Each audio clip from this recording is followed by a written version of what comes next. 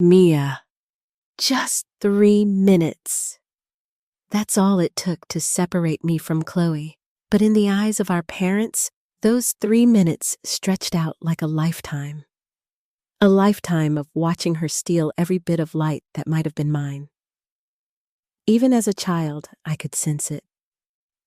Our lives were not shared equally. Hers was the brilliance, the star that commanded every ounce of attention. And I was the shadow, invisible, silenced, but never truly gone. Our family looked so perfect on the outside, like a well-placed photograph frozen in time. My mother, Diane, was the epitome of grace, always poised in high heels and pressed blouses, ready for an interview at any moment. My father, Gregory, was a man of hands, always working, fixing, tinkering. Together they made a life that was on paper what most would envy. But if you stood long enough in the wings of our home, you would see the truth. You would see that Chloe was the universe and I was merely an orbit. The favoritism was subtle at first. Shoes, I remember it clearly, even now.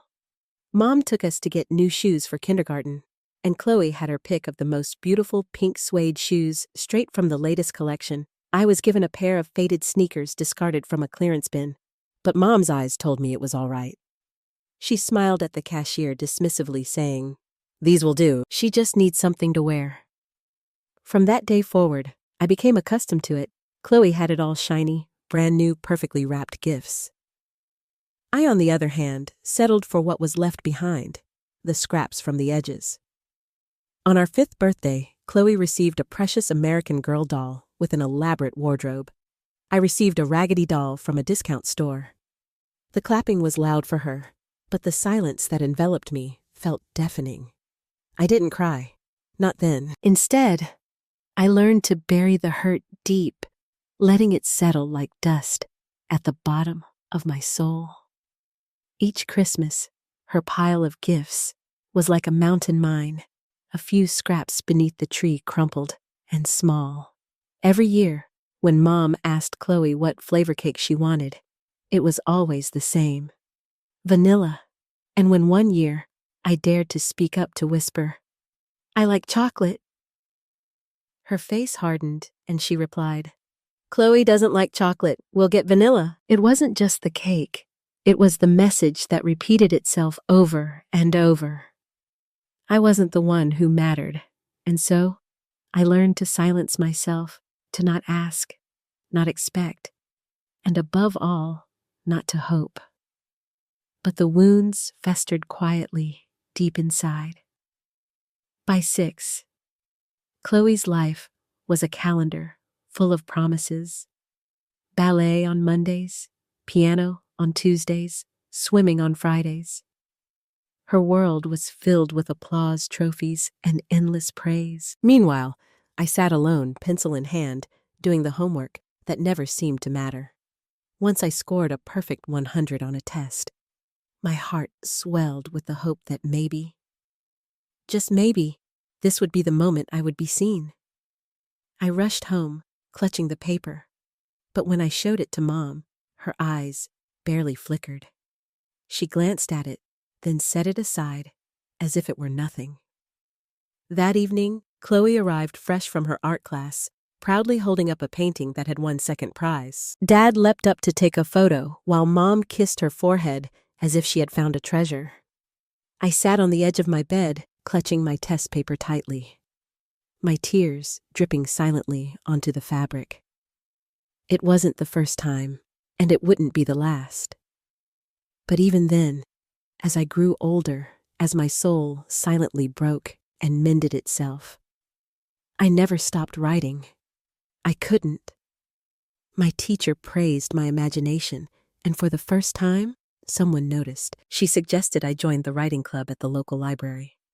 And for the first time in my life, I let myself believe that maybe, just maybe, I could have something of my own.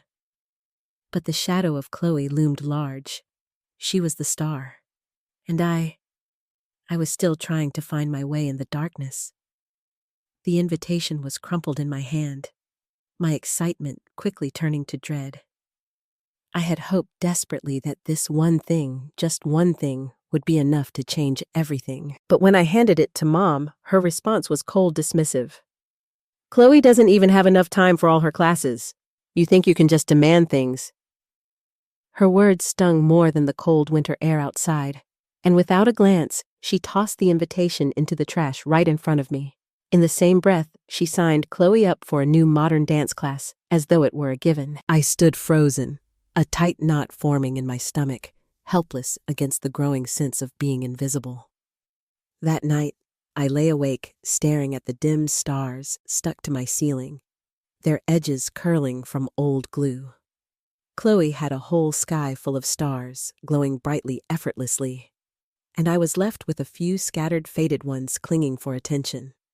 I told myself that maybe if I tried harder, if I just did better, my parents would see me. But each new effort felt like a futile attempt to catch a passing train always out of reach. My hopes, fragile as they were crushed one by one. And then everything came to a head. One bitterly cold winter night. I woke up parched, my throat dry from the weight of unspoken words, and tiptoed downstairs for a glass of water. The house was too quiet, but the lights in the living room were still on, drawn to the faint murmur of voices. I crept closer, my heartbeat quickening. I hid behind the wall, straining to hear. Craig, do you think we made a mistake? Mom's voice was soft, almost hesitant. What do you mean? Dad's tired voice answered, though his exhaustion only deepened the weight of the moment. I think we should have only had one child. Chloe is enough. She's smart, beautiful. She has so much potential. Her voice faltered, and I felt it. Every word was a quiet betrayal, as if she were speaking directly to me. And Mia, Mom's side, she just exists. My fingers curled tightly around the glass, the ice inside it clinking faintly, a cold reminder of the chill spreading in my chest. Yeah, Dad agreed, after a long, painful pause. Life would have been so much easier with just Chloe. I ran back to my room, my footsteps loud in the silence of the house, no longer caring if they heard me. I threw myself under the covers, biting my lip until it bled, desperate to keep the sobs inside. The pain was unbearable, but I couldn't let it show.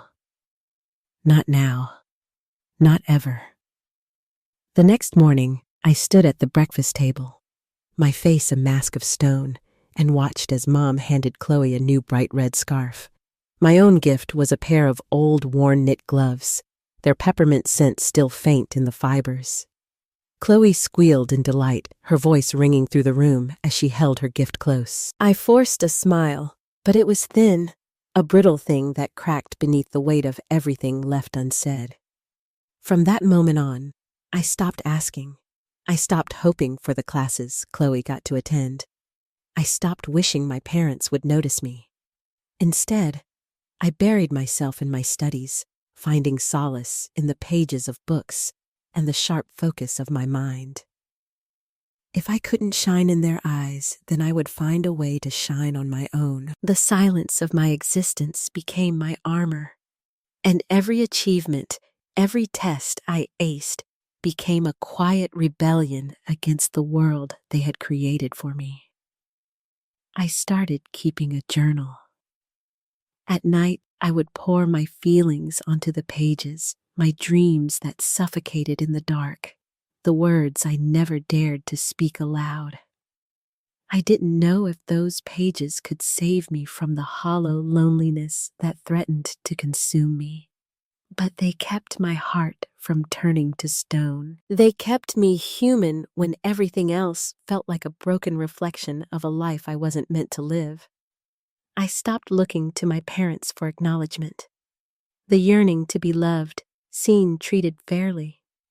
It was a wound I couldn't heal, so I wrapped it up, buried it deep, like a letter I would never send.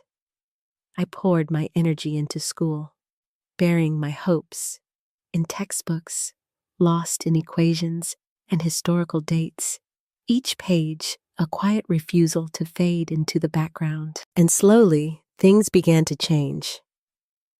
Miss Simmons, my English teacher, was the first to notice the shift. One day after a test, she called me over. "Mia, have you thought about entering the state essay competition? Your test was outstanding." I nodded, a quiet joy filling me. Not because someone demanded it of me, not because anyone else would care, but because, for the first time in my life, I felt like I was on the right path. Meanwhile, Chloe's discomfort grew more obvious. Every time a teacher praised me, she would slam her hand on the desk, her frustration spilling out in loud sighs. Once after Miss Simmons praised my essay during a school assembly, Chloe slammed her book down so hard the sound echoed across the room. I overheard her grumbling to Mom, her voice laced with bitterness. "Those teachers are obsessed with Mia," Chloe muttered. "I do well too, but they only talk about her." Mom sipped her tea unfazed. "Chloe, don't take it to heart. People tend to pity the less fortunate ones." That comment, instead of hurting me, made me laugh quietly to myself. I didn't need pity. I had real ability, and every day I was proving it. My grades skyrocketed. My name appeared regularly on the honor roll, and I was invited to serve as a teaching assistant in multiple subjects. I joined the debate club, the academic team, and even won a county-level science competition. Every time I stood on stage to receive an award, I stood a little taller, while Chloe sat in the audience, her face hardening with every word of praise I received. She didn't understand, though. The harder she fought, the more she revealed the truth. I wasn't just a shadow anymore. I was becoming the light. The sting of Chloe's words echoed in my ears for days. She had called me a parrot. Nothing special. Just someone lucky enough to have teachers on my side. It wasn't the first time she'd belittled me, but it stung just as deeply. I didn't respond. I never did. There was no need. The numbers, the grades, the accolades, those were my answers.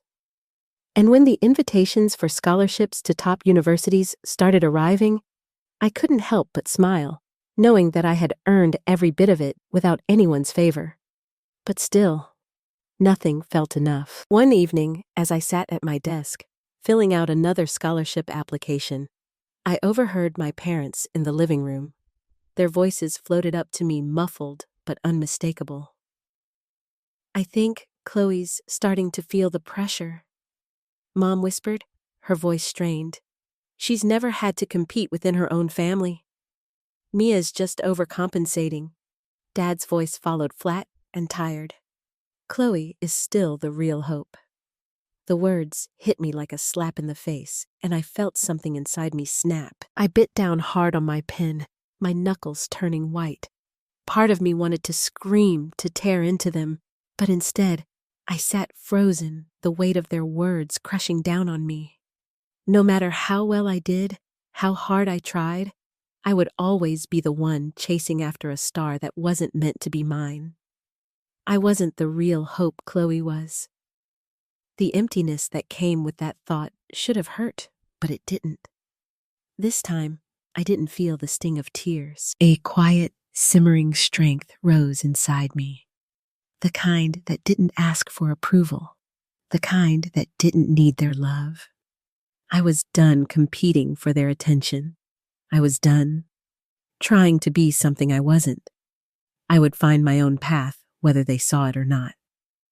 The next day, without a second thought, I applied for the special advanced program at school.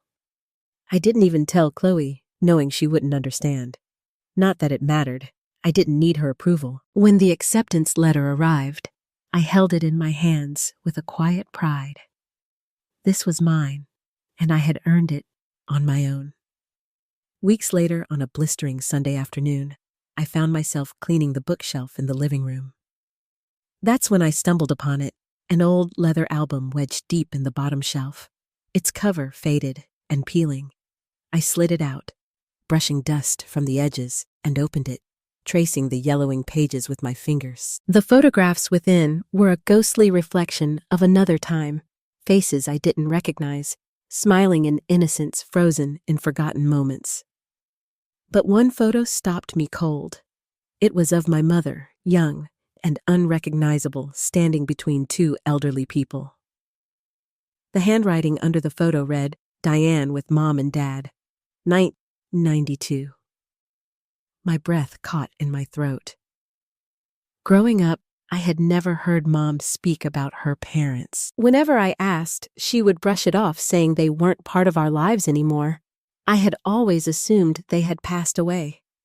But now, staring at this photo, everything felt wrong. This was a lie, a carefully crafted illusion. That night, when Chloe and Mom were absorbed in their favorite TV show, I sneaked into Mom's office. Beneath stacks of old bills and notebooks, I found a black address book, its pages dog-eared and filled with crossed-out names. One entry circled in red stood out. "Do not contact William and June Carter." My heart raced as I scribbled the address down on a scrap of paper. The truth was out there. I didn't know what I was looking for, but I knew I had to find out. I had to understand why my mother had hidden this from me. The next day, I lied to Mom, telling her I was going to a study group. Instead, I boarded bus 7, my nerves a mess of anticipation and uncertainty. I rode through winding streets until we reached a neighborhood on the outskirts of town. The house I was looking for, number 42, was small, with a faded green picket fence and a garden full of wild daisies. I stood at the door, my hand trembling as I knocked. The door opened slowly to reveal an elderly woman with silver hair, neatly pinned, her eyes wide with surprise. Behind her stood a man, his frail frame leaning against the doorframe. "Who are you?" the woman asked, her voice quivering. "I'm Mia Adams," I said, forcing my voice to stay steady. "I'm Diane's daughter." Their reactions were immediate, frozen, as if struck by lightning. The woman's hand flew to her mouth, her eyes filling with tears. The man stepped forward, his hand shaking as he took mine. "Oh God," he whispered. "June, look, she looks just like Diane at her age." They led me inside, and I found myself enveloped in a warmth I had never known in my own home. Family photos lined the walls, and the scent of fresh apple pie filled the air. The love in this house was palpable, not something that had to be earned, but freely given. We sat together for hours, talking about my mother's childhood, about the struggles, the laughter, and the times they had shared. But when I asked why Mom had cut ties with them, June's eyes darkened with sorrow. "Your mother chose a different life," she said softly, her voice heavy with regret. "She thought being poor was shameful. She wanted a life without us." William reached out and took my hand, his grip warm and rough, filled with a quiet strength. She wanted something else, a life far away from us. She didn't want to be part of this life, Mia. And just like that, the curtain was pulled back. The truth was no longer a mystery. My mother had made her choice long ago. But as I sat there, listening to their stories, something inside me shifted. This wasn't about chasing after a shadow anymore. It was about stepping into my own light. Their words echoed in my ears long after I left. "Child, our love never faded. No matter what Diane thinks, you are always welcome here." The tears came then, uncontrollable and raw, breaking free for the first time in my life. I had never felt such acceptance, such warmth there in that moment. I truly belonged. June pressed a small bag of homemade cookies into my hands, the edges of the bag crinkling like the fragile threads of my past. She whispered, "Whenever you miss home, just come here. Our door is always open." As I stepped out into the golden afternoon sun, the air smelled of fresh earth and freedom. A gentle breeze ruffled my hair, the wind's touch almost as if it were a silent promise that no matter the years of neglect and the walls that had been built around me, there would always be a place where I belonged. There would always be people who saw me, not as an afterthought, but as someone worthy of love. Graduation day arrived bright and promising. A new chapter I had fought so hard to reach. As I stood before the mirror, adjusting my navy blue gown, I felt a bittersweet ache. The emptiness inside was still there, but this time, it was different. It wasn't a void anymore. It was a space I had carved for myself without their approval. They hadn't asked, they hadn't cared, but today would be mine. My moment, no matter how hard they tried to diminish it. When the principal's voice rang out announcing that I was the valedictorian, the applause was thunderous. But it wasn't for me. Not truly. It was for the person they wanted to see. I walked up to the stage, clutching my honors diploma in trembling hands, the spotlight blinding my tear-filled eyes. I searched the crowd. Mom sat in the front row, but she wasn't looking at me.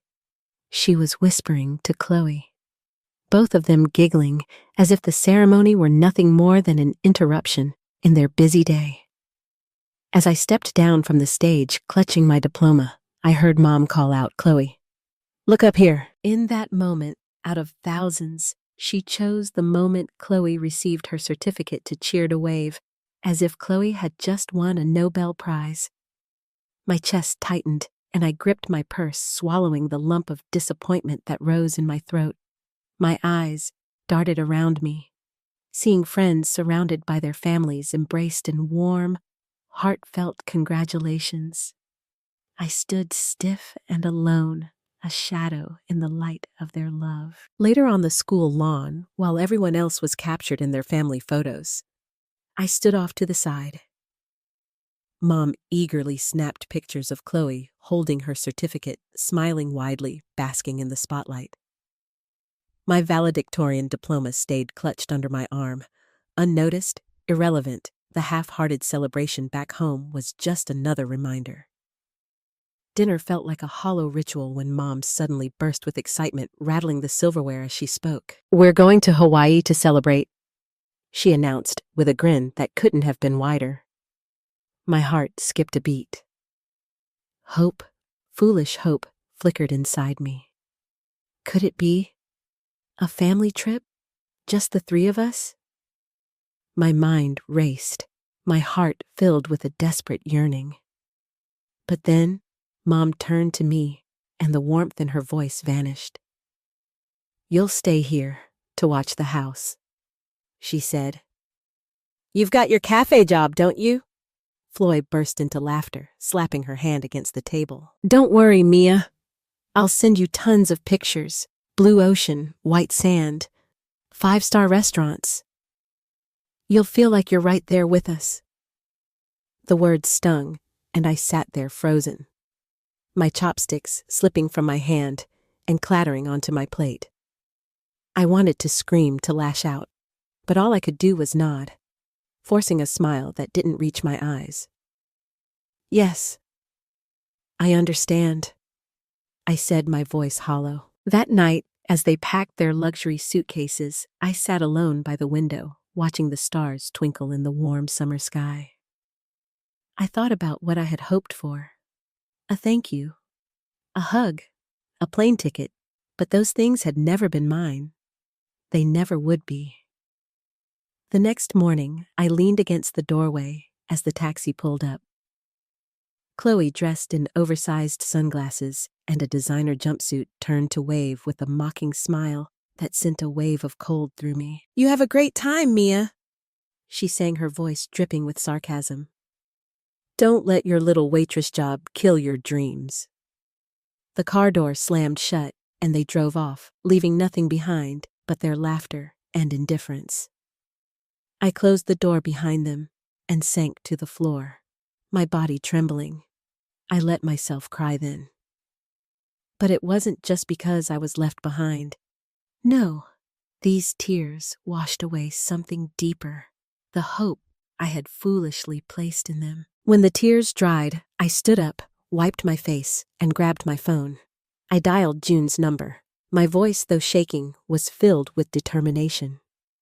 "Grandma," I said, "can I come over today?" Her voice came through the line warm and welcoming. "Of course, sweetheart. We're always waiting for you." I hung up, grabbed the bag I had packed the night before, locked the door behind me, and stepped out into the world. This time, there would be no looking back. When I arrived at the little white house, June and William were already standing on the porch, their faces lighting up as if they were welcoming royalty. June pulled me into a warm hug, and William gently patted my back. The simple gesture, healing wounds I had kept hidden for so long. This was it, I realized. This was what love should have felt like all along. And for the first time, I allowed myself to believe that I was worthy of it. The comforting smell of toasted bread and cinnamon wafted through the house, filling the air with a sense of warmth I hadn't known I was missing. A small banner hung on the wall, simple but profound. "Congratulations, sweet Mia." It was just a few words, but they hit me like a wave. My heart swelled in my chest, nearly bursting with emotion.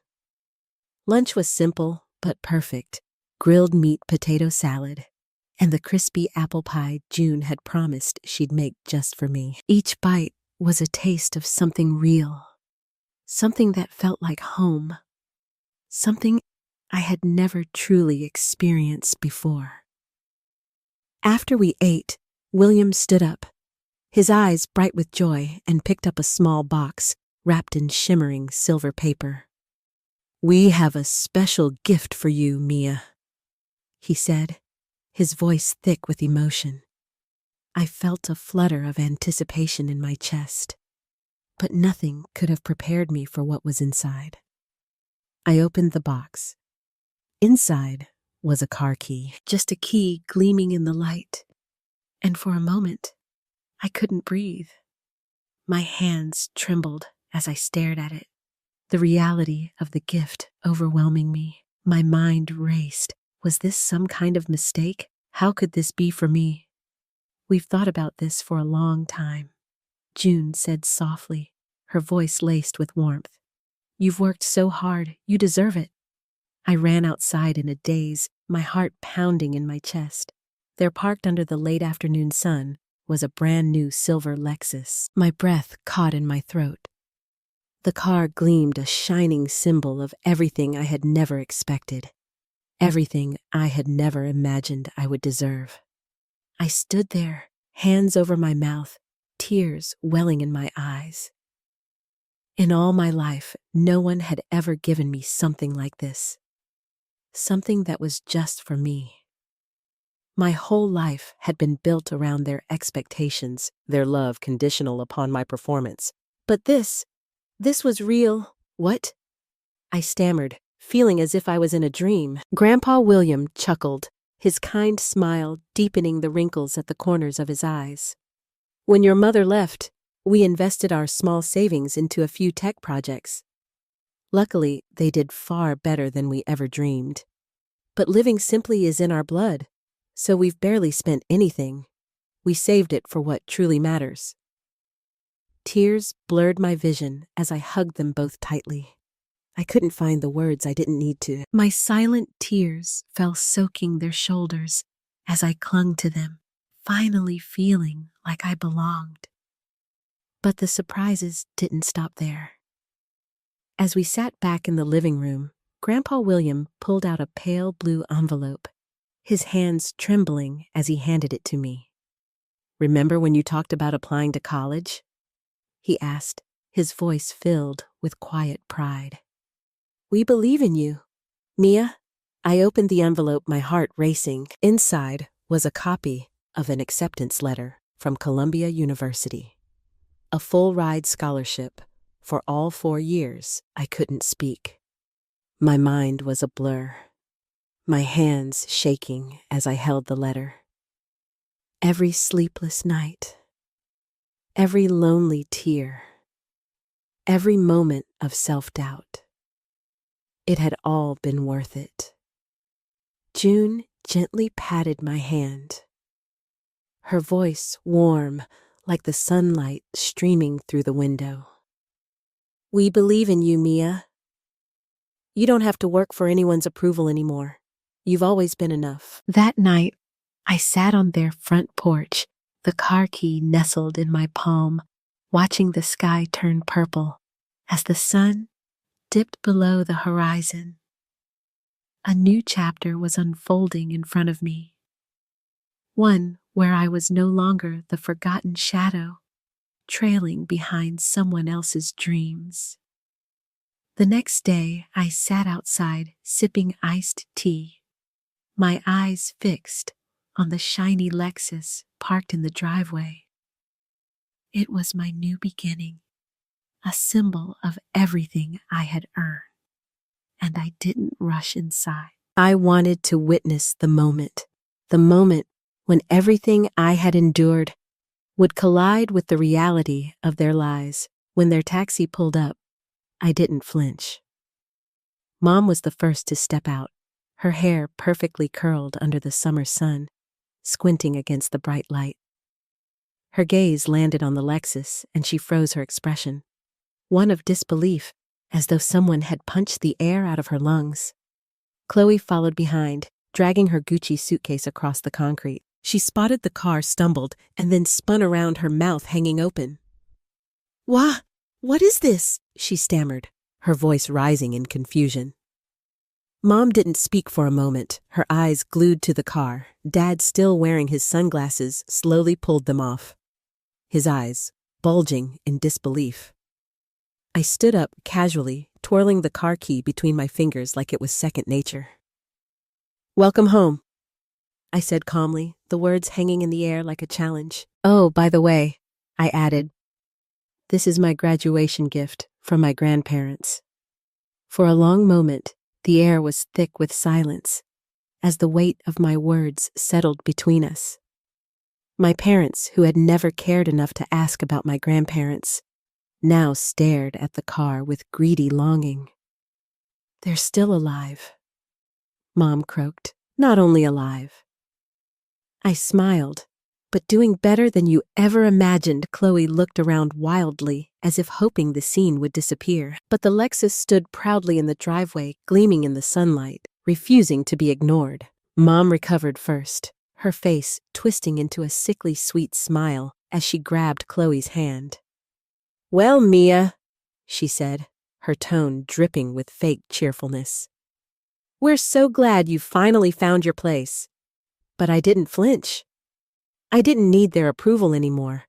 I had everything I needed, and for the first time in my life, I was free. The tension hung thick in the air as Dad's words cut through the quiet afternoon. "You know, Chloe's about to start college. She really needs a good car. This one suits her perfectly." I raised an eyebrow, incredulous. "Are you saying I should give my car to Chloe?" "Exactly." Dad snapped, his tone sharp, biting. "You work at a coffee shop. You don't need a luxury car. Chloe needs it for school internships, building her future." Chloe stood there, her gaze fixed on the Lexus, eyes gleaming with greed, as if it was already hers. I couldn't help it. A laugh escaped me, clear and unrestrained, echoing through the stillness. "It's hilarious," I said, walking toward the car. "How you abandoned me, made me fend for myself, and now seeing me with something you shamelessly try to snatch it away." Dad's face turned crimson with rage as he stepped forward, fists clenched. "If you refuse to share, then don't expect to stay in this house." I stepped back, not even flinching. "Oh, I don't plan to," I replied, popping open the trunk to reveal neatly packed suitcases. Mom's mouth dropped open. Her face, a portrait of shock. Chloe mumbled something incoherent, her mind scrambling to make sense of what was happening. "I've been ready for this for a long time," I said firmly, my voice steady. "This house, this place, that never made me feel like I belonged. I don't need it anymore." I slammed the trunk closed and grabbed the car keys, sliding into the driver's seat. And then with a final smile, sharp and unwavering, I added, "And one more thing." I pulled out the letter from my bag, waving it just slightly. I got accepted into Columbia University, full scholarship. The words hung in the air, cutting through the silence like a dagger. Their hollow pride shattered in an instant. Mom staggered, clutching the doorframe to stay upright. Chloe froze her face, a twisted mask of disbelief. I slipped the car into gear, the engine purring to life. The last thing I heard before I drove off was Chloe's voice muffled as she tried to call me back. But I wasn't listening. I wasn't theirs anymore. "Have a wonderful summer," I said coolly, my voice soft, as I pulled away, leaving their regretful faces behind. The Lexus glided down the road, and for the first time, I wasn't running away from them. I was running towards something far greater. That summer, I stayed with William and June in their little white house, a place full of wild daisies and warm sunlight. The mornings were peaceful, Grandpa reading the paper in the living room, Grandma bustling around the kitchen making breakfast. There was no tension, no performance to uphold. They didn't ask about my parents, didn't pry into the past. Here I was, simply Mia. No comparisons, no expectations, just love, freely given. As the fall semester at Columbia approached, they surprised me with one last gift, a small, cozy apartment about 10 minutes from campus. It was on the 3rd floor of a quiet building, with gleaming wood floors and wide windows that let in the light. There was a small balcony, perfect for growing flowers or reading in the afternoons. "You need a space of your own to start this new chapter," Grandpa said, handing me the keys. I hugged him tightly, my tears flowing freely. I finally had a true home. Not because of blood ties, but because of love. The days that followed were filled with preparations. I found a part-time job at a nearby coffee shop, earning extra money and settling into college life. It was busy, but I loved the energy of it, the chatter, the orders, the stories shared with customers. I made new friends, people who didn't know my past, who only saw me for who I was. There was Emma, a sociology major who laughed like wind chimes, and Daniel, an economics major who stayed after class to tackle tough essays. They didn't ask about my family, and I didn't feel the need to explain. They saw me as I was a determined 18-year-old full of dreams. For the first time, I tasted freedom, freedom from judgment, from comparison, from suffocating expectations. My life was mine to shape. But then, one late September afternoon, while sitting on my balcony, reading, my phone rang. The screen flashed a name I thought I had left behind. Mom. I let it ring until it stopped. Then coldly hit decline. Messages followed soon after. Mia, I miss you. The first one read, "Family is always family. You can't stay mad forever. Your grandparents aren't young anymore. You should think about the future." I didn't respond. I didn't need to. Deep down, I knew the real reason behind these sweet words. News of the car, the apartment, the full scholarship. Everything I had fought for must have reached them. The same people who had once looked down on my grandparents were now scrambling to rebuild family ties, now that I had something they wanted. But I wasn't a pawn in their game anymore. I wasn't their afterthought, and I certainly wasn't their backup plan. I was Mia, and for the first time, I was free. As I stood there in the cafe, I couldn't help but notice Mom, Dad, and Chloe standing hesitantly outside the window, their faces a blend of uncertainty and expectation. Chloe, arms crossed, wore an expression colder than ice. I turned away, continuing to serve customers as if I hadn't seen them at all. Their presence was a ghost I no longer had any room for in my life. I blocked their numbers, their social media accounts, their emails, every avenue of communication that could draw me back into their world. I had closed that chapter, and there was no reason to reopen it for people who only reached out when they had something to gain. Later that evening, I sat alone on my balcony, the warm yellow lights stretching across the street. In a peaceful glow, I hugged a small pillow to my chest, breathing in the peace that now filled every corner of my life. Life at Columbia had flown by faster than I ever imagined. My days were filled with fascinating lectures, spirited discussions, and late-night study groups. I worked weekends at the cafe, saving up for the small dreams I had begun to form.